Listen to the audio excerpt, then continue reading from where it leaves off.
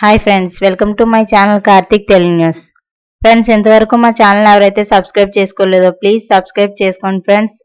అలా అయితేనే మేము పెట్టే ప్రతి వీడియో కూడా మీకు నోటిఫికేషన్ రూపంలో వస్తుంది. అలాగే మీకు వీలైతే మా ఛానల్కి ఒక లైక్ అయితే ఇవ్వండి ఫ్రెండ్స్. ఇక వివరాల్లోకి వెళ్ళినట్లయితే ఇవాళ ఈపీఎఫ్ఓ గురించి ఒక ఇంపార్టెంట్ అప్డేట్ న్యూస్ అయితే రావడం జరిగింది. దీని గురించి మరిన్ని విషయాలు ఈ వీడియోలో తెలుసుకుందాం. భారత్ లో వేతన జీవులకు పదవీ విరమణ పొదుపు కోసం అత్యంత నమ్మకమైనది ఉద్యోగుల భవిష్య నిధి సంస్థ. ఉద్యోగులు జమ చేసే డబ్బులకు మంచి వడ్డీ రేటును కల్పించడంతో పాటు పన్ను మినహాయింపులు కూడా కల్పిస్తుంది. అయితే ఉద్యోగులు కెరియర్ గ్రోత్ పేరుతో ఉద్యోగాలు మారుతూ ఉంటున్నారు. వేరు కంపెనీలకు వెళ్తున్నారు. అలా వెళ్ళినప్పుడు పాత కంపెనీకి చెందిన ఈపీఎఫ్ ఖాతాను కొత్త కంపెనీకి మార్చుకోవాల్సి ఉంటుంది.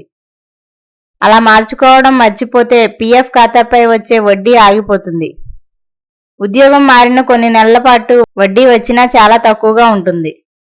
ఈపీఎఫ్ అకౌంట్ ట్రాన్స్ఫర్ చేయకపోతే ఏమవుతుందంటే, మీరు ఉద్యోగం మారినప్పుడు ఈపీఎఫ్ అకౌంట్ అనేది ఆటోమేటిక్ గా కొత్త కంపెనీకి బదిలీ కాదు.